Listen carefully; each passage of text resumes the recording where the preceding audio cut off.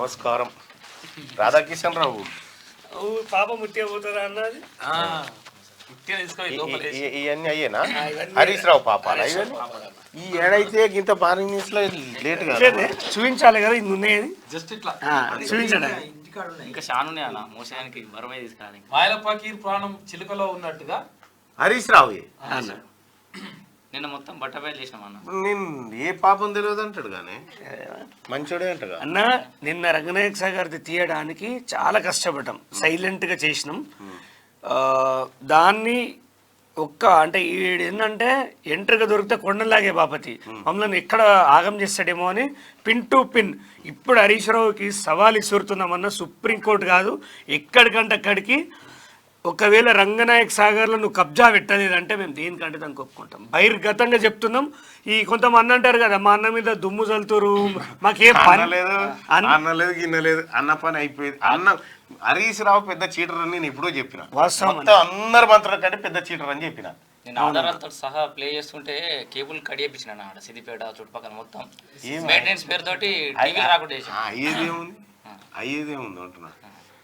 వీడియోలు కట్ చేసేసి సోషల్ మీడియాలో గాలి విడిస్తే కడుపు నిడుతుందా? తింటేనే నిడుతుంది.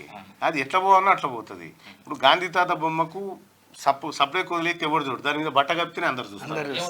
ఇలా కేబుల్ ఎందుకు కట్ చేసిరు, ఎందుకు రాలే ఛానల్ అంటే అందరూ చూస్తారు అన్నట్టు.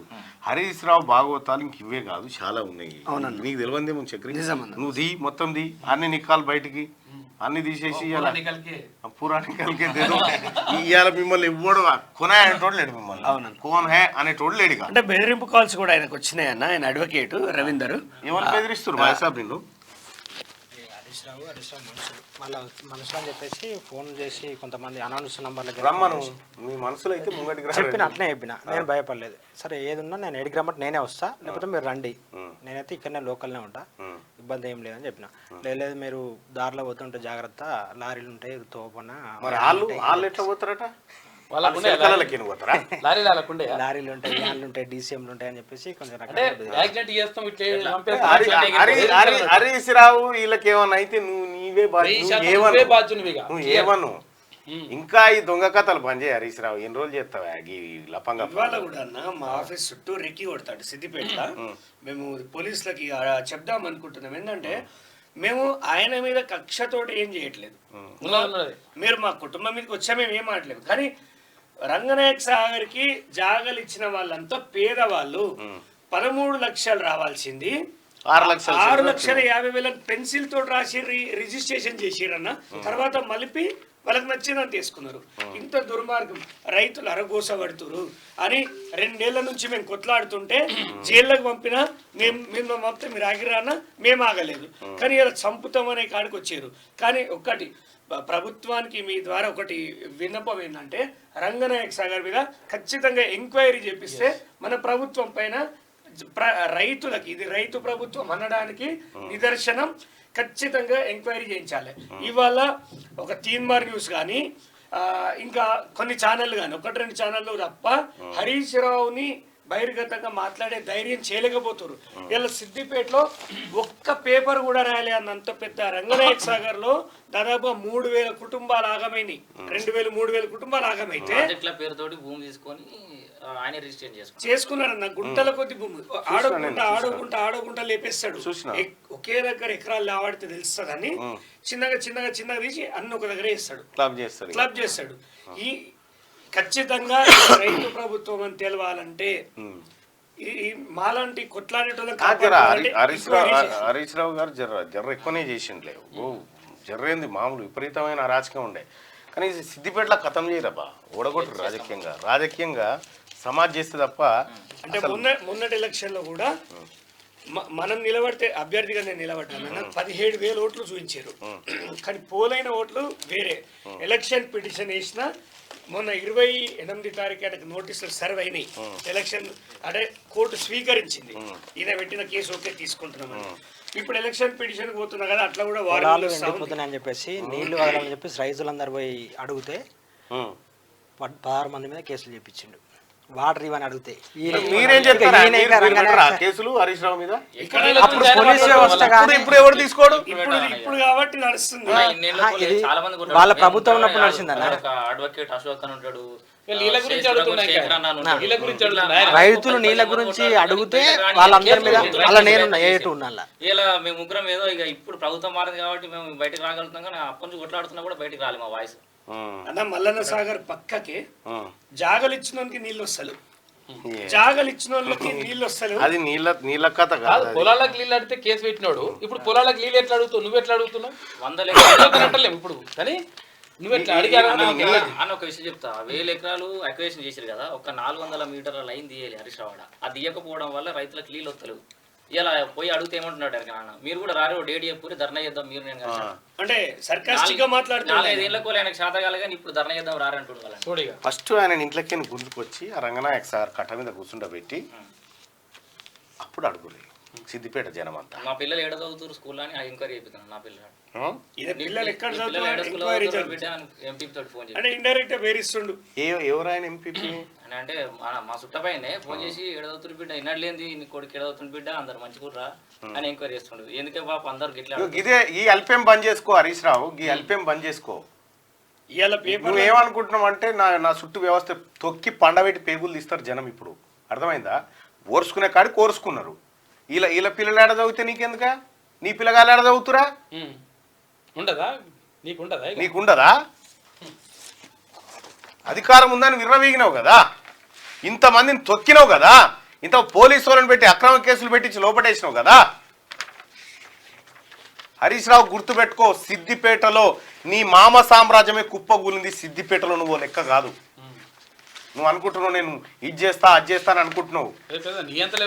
నాకు తెలియదా నా చుట్టూ ఏమనేవన్నీ పెట్టేదో, నువ్వు ఎట్లా ఎంక్వైరీ చేసేదో. నేను పిచ్చోని అనుకున్నావు, నేను నీ పనిలో ఉండేది. వాళ్ళ ప్రభుత్వంలోన మా విలేజ్లోనే అతను వాళ్ళు ఇది ఆంధ్ర అతను వాళ్ళ పనిచేస్తున్న గోదాంలలో ఒకే శివానికి 3 రకాలుగా పంచనామాలు చేసి అటెస్టెడ్ చేసి ఇచ్చిండు అప్పుడు ఎస్ఐ. ఇంకా ఓకే 3 రకాల పంచనామాలు చేసిండు.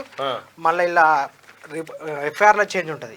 ఎఫ్ఐఆర్ ఒకటవుతుంది, పంచనామాలు ఏమో క్రైమ్ నెంబర్ వేరే వేస్తారు, పోస్ట్ మార్టం రిపోర్ట్లో క్రైమ్ నెంబర్ వేరే ఉంటుంది. అసలు సంబంధం ఉండదు. ఒక మామూలు మనిషి నిజంగా నార్మల్ డెత్ అయితే ఇన్ని రకాలుగా చేయాల్సిన అవసరం లేదు కదా. ఇన్ని రకాలుగా క్రియేట్ చేశారు, వాళ్ళే సంతకాలు పెట్టించేసారు. అంటే ఆ డెత్ ఎట్లయింది అనేది మీరు ఊహించాలి. రేపు మా డెత్ కూడా అట్లా అవుతుంది. జనం గుర్తుపెట్టుకోవాలి. దీని వెనకాల హరీష్ రావు ఉంటాడా? సస్పెక్టెడ్. ఇది నేను బయట తీసుకొస్తా అని చెప్పేసి మా విలేజ్కి వచ్చినాడు. నన్ను 24 hours ముందు బైండ్ ఓవర్ చేసి వేరే పొజిషన్ నుంచి మా ఊరికి వచ్చి ఇనాగ్రేషన్ చేసిండు శిలాపలకాలు. ఒక ఉప సర్పంచ్ గా నేను ఉంటే నేను ఉండంగా రాలేకపోయాను. బతుకు హరీష్ రావు, గిదిని బతుకు. ఇక్కడ ఒకరిని మర్డర్ చేయించినట్టు హరీష్ రావు. దీని మీద ఎంక్వైరీ జరగాలని పిటిషన్ అయ్యేది. వాళ్ళ బాధితులను తీసుకుపోయి దీని మీద ఎంక్వైరీ జరగాలని పిటిషన్ అయ్యేది. ఫస్ట్ ఆఫ్ ఆల్ బీఆర్ఎస్ పార్టీలో హరీష్ రావు అనేటువంటి వ్యక్తి జైల్లో ఉండాల్సిన వ్యక్తి. జైల్లో ఉండాల్సినటువంటి వ్యక్తి హరీష్ రావు. ఎందుకు చెప్తా ఉన్నానంటే ఇతనంత చీటరు, ఇతనంత బేకార్ గాడి ఇంకోటి ఉన్నాడు. మామను మించినోడు. ఇగో ఫోన్ ట్యాపింగ్ లో 100% ఉంటాడు. ఏం కాదు, పెద్ద అరాచకం. ఇగో ఈ మర్డర్ కేసులో హరీష్ రావు పైన ఆరోపణలు చేస్తా ఉన్నారు. ఉప సర్పంచ్ ఉన్నప్పుడు మ్యారేజ్ అయింది. మ్యారేజ్ అయితే నేను ఎక్కడ చట్టబద్ధంగా వాళ్ళకి దొరుకుతలేని వాళ్ళని ప్రశ్నిస్తున్న వాళ్ళని అని చెప్పేసి బయటకు వస్తాయని చెప్పేసి 3 పోలీస్ స్టేషన్ల ఎస్ఐలు 38 కానిస్టేబుల్ రాత్రి 11 గంటలకి. ఇలా నేను పెళ్ళి అయితే రేపు నైట్ మా కుటుంబం మీద దాడి చేసి తలుపులు వలగొట్టి మరీ ఎత్తుకపోయిన సందర్భం. ఏం బతుకు హరీష్ రావు నీది? నీ అరాచకం ఇంత కాదు, ఇంకా చాలా ఉంది నీ అరాచకం. రాసుకోవడం ఎవరు లేడని నేను చిన్న యూట్యూబ్ ఛానల్ పెట్టుకుని వార్తలు చేసినా. తలుపులు వలగొట్టి ఇవన్నీ కేసులు పెట్టుకుంటే వీడియో ఉండదన్న. వద్దులే తర్వాత అన్న ఇది అయిపోయిన తర్వాత వీళ్ళ ముగ్గురిని కూర్చోబెట్టి ఓకే చిక్రి నేను ఇప్పుడు మీ తరఫున ఒకటైతే చెప్పండి. ఖచ్చితంగా రంగనాయక సాగర్ పైన ఎంక్వైరీ అయితే చేపిమనండి అన్న. చేపిస్తే అక్కడ రైతులకి నువ్వు గవర్నమెంట్ లో ఉన్నావు కదా అన్న, మీ వాయిస్ గట్టి అవుతుంది. ఎవరిని వదిలిపెట్టేది లేదు చక్రి, గుర్తుపెట్టుకో. జైల్లో డిటెన్షన్ జైల్లో కూర్చొని జైలు కూడు తినొచ్చి వచ్చిన వాళ్ళం. అర్థమైందా? మనకు జైలు కొత్త కాదు, బెయిల్ కొత్త కాదు, నీకే కొత్త హరీష్ రావు, గుర్తుపెట్టుకో. ఓకే, జైల్లో జైల్లో ఉండే కొంతమంది పోలీసులు కూడా ఇప్పుడు పోయిన వాళ్ళకి అంటే రాచమర్యాదలు చేసే పరిస్థితి, రాచమర్యాదలు బంద్ చేయి.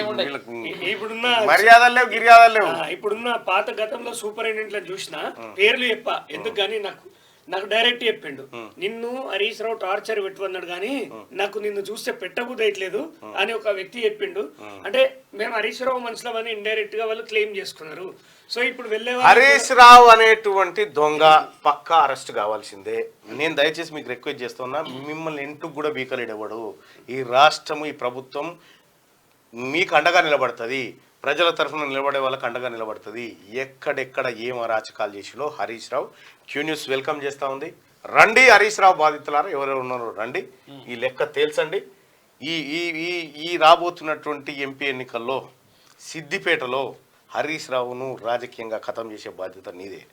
అక్కడ ఉన్నటువంటి అన్న స్థానిక సమస్యలన్నిటి మీద అయితే పేపర్ లెవెల్ రాష్ట్రాన్ని నేను యుధిష్ఠిర వార్త అని మన యూట్యూబ్ ఛానల్, అక్కడ లోకల్ వార్తలన్నీ తీసుకు సేకరిస్తే ఈయన మీద 4 కేసులు చెప్పించిండు. ఎస్సీ అట్రాసిటీ చేసి అండర్ గ్రౌండ్కి వెళ్ళిపోయాడు. అంటే ఫస్ట్ ఆయన ఏం చేస్తాడంటే కుటుంబంలో ఫస్ట్ మహిళలతోటి ఇబ్బంది పెడతాడు, మహిళలతోటి మానసికంగా గురి చేస్తాడు కుటుంబాన్ని, తర్వాత ఆర్థికంగా దొక్కేస్తాడు, ఆర్థికంగా దొక్కేసినాక ఇక అతను బజార్ని వేసేస్తాడు. ఇక వాడికి ఎదగదు, రాజకీయంగా లీడర్ కాదు, ఇక నువ్వు వాడికి మొత్తం రోడ్డు మీద పిచ్చోడు ఆ రకంగా చేస్తాడు. ఎగ్జాంపుల్ నేనే, మీరు చూసిర్రు, మీరు ఎప్పుడే చెప్పారు ఆడితో పెట్టుకోవద్దు, ఎంత నక్కజిత్తులో మీరు చెప్పారు నాకు 1 year బ్యాక్. నేను ఎప్పుడో చెప్పిన. అయితే ఏం చేస్తాడంటే నేను మార్నింగ్ న్యూస్లో లేననుకో, ఎక్కడున్నో కనుక్కుంటాను, ఫోన్ చేయిస్తాడు అన్నట్టు. అవతలోడు రికార్డ్ చేస్తుంటాడు, అది నాకు తెలుసు. నేనేం చేస్తా అంటే నేను అది చెప్పకుండా అవతలోడు ఏడున్నాడు ఏం చేస్తుండో కనుక్కొని నేను రాంగ్ చెప్తుంటే వానికి ఎప్పుడు అవతలోనికి ఎప్పుడు కూడా నేను, ఎందుకంటే ఆ ఫోను హరీష్ రావు ఫోనే అది, అంటే ఆయన తరఫున వచ్చినటువంటి ఫోన్ అనేది నాకు ఎరక, అది నాకు అర్థమైతేనే ఉంటుంది. నేను ఎప్పటికప్పుడు వాళ్ళని అబ్జర్వ్ చేసి వాళ్ళు ఏం చేస్తున్నారు అనేది పసిగడతా అన్నట్టు. మీకు లేట్ అయింది, నేనేం ముందుగా పసిగట్టిన. పోయిన 4-5 ఏళ్ళ నుంచి ఫోన్ మాట్లాడడానికి భయమేనా? వాట్సాప్ కాల్ లేకపోతే డైరెక్ట్ కాల్స్ తప్పితే డైరెక్ట్ ఫోన్ మాట్లాడుకునే స్టేషన్ లేకుండే. సిద్దిపేట కొంత ఊపిరి పీల్చుకోవాలి. ఇప్పుడు ఓకే ఉందన్న, కొంత ఆయన కాలంలో కొంతమంది కృతజ్ఞతలు, అంటే దొంగకు కూడా కృతజ్ఞత చూపించే బ్యాచ్ అవుట్ ఉంటుంది. అలా కొంతమంది ఆఫీసర్లు ఏం చేస్తారు అంటే ఈయనకి ఇంకా కృతజ్ఞతగా ఉన్నారు. అంటే రేవంత్ అన్న ప్రభుత్వం వచ్చిన ఎమ్మెల్యే క్యాంప్ ఆఫీస్ లో రేవంత్ అన్న ఫోటో లేదు, అంటే అక్కడ ఉన్న కాంగ్రెస్ పార్టీ నాయకులు నేనంటే కొత్తగా వచ్చి తీసుకపోయి పెట్టు చెప్పేసిన, ఖచ్చితంగా నువ్వు పెడతావా నన్ను పెట్టుకుంటావా అని చెప్పేసిన, తీసుకపోయి పెట్టు, ఏం కాదు. సిద్దిపేట ప్రజలు కూడా ఆలోచించాలి. ఒకటి ఏంటంటే ఆయన తీయగా నవ్వగానే మన కడుపులు నిండాయి. మోసం నవ్వే, అది విషం, అది నీళ్ళలో కలిపిన విషమే, పాలలో కలిపిన విషమే, సిద్దిపేటలో కలిపి విషమే అది. అందుకోసమే సిద్దిపేట విముక్తి కావాలి చెట్టు. మీరు కొద్దిసేపు కూర్చోండి, మీతో స్పెషల్ ఇంటర్వ్యూ ఉంది.